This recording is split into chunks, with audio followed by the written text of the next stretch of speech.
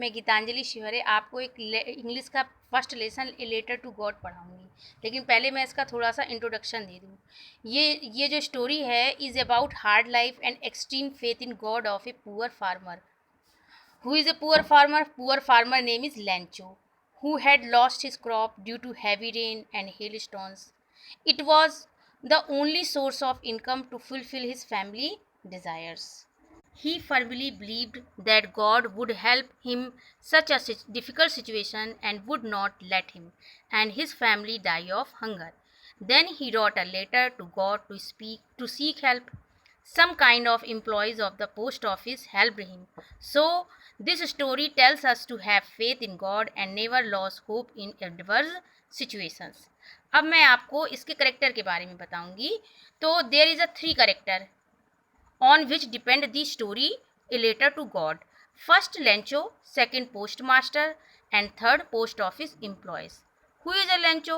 Lencho is a poor farmer who lived on the peak of a low hill with his family, and he was a firm believer of God. He was innocent, hopeful, caring and responsible man.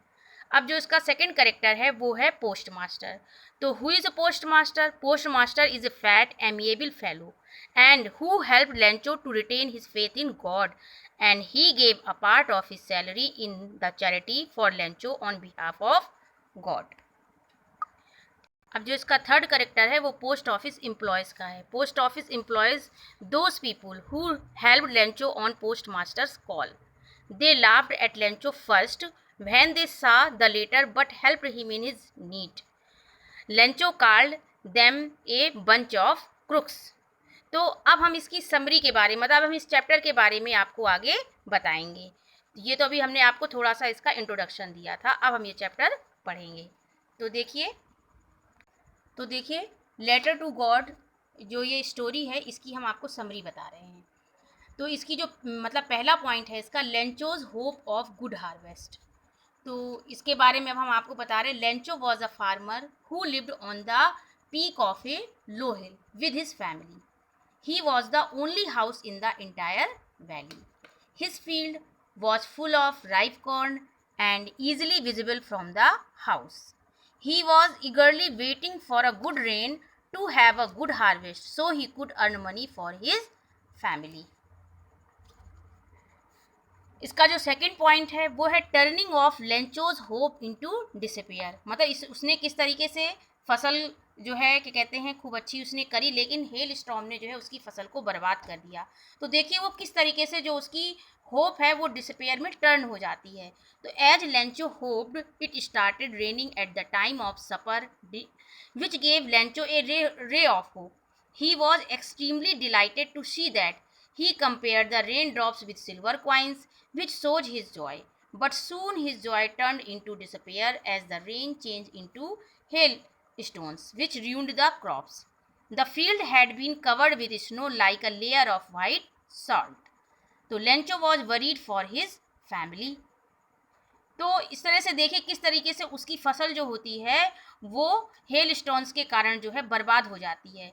वो अब rain drops को silver coins के रूप में देखता है जो उसकी खुशी दिखाता है, लेकिन जब उसकी ये जॉय जो है उसका डिसपेयर में बदल जाता है तब जो है वो जो है पूरी तरीके से निराश हो जाता है कि अब वो अपनी फैमिली को कैसे पालेगा।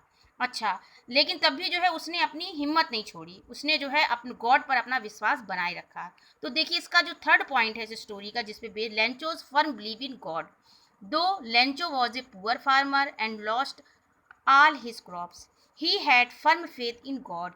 He found in God his last hope and decided to write a letter to God for help.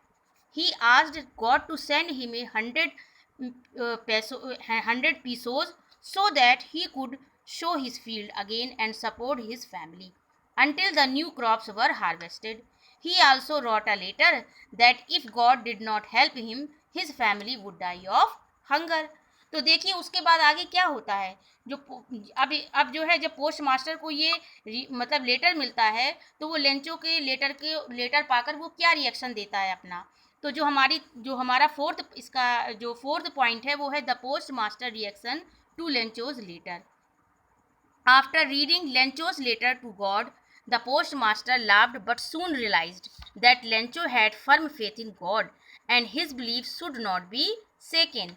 So he decided to help Lencho with the help of his post office employees. He collected 70 pesos and handed the envelope to Lencho himself, in which he also contributed a part of his salary. इस तरीके से जो है उसने अपने employees की help से 100 pesos मतलब 70 पीसोज करा और उसको एक इन्वेलप में डाल करके उसने जो है उसको दे दिया। तो अब देखिए इसके बाद क्या होता है, Lencho addresses the post office employees a bunch of crooks. मतलब लेंचो को तो ये हेल्प प्राप्त होती है, पर लेंचो जो है उन पोस्ट ऑफिस के एम्प्लॉयज़ को ए बंच ऑफ क्रूक्स क्यों बोलता है। तो Lencho became angry when he saw 70 pesos in the envelope as he had demanded a 100 pesos, क्योंकि उसने तो 100 पैसे मांगे थे और उसको रिटर्न में 70 पेसोज मिले थे। तो he did not believe that God could do such a mistake and send him less money. So he decided to write a letter again for the rest of money. In this letter, he requested God not to send the rest of the money through the money order because he thought that the post office employees were a bunch of crooks who might have stolen his money.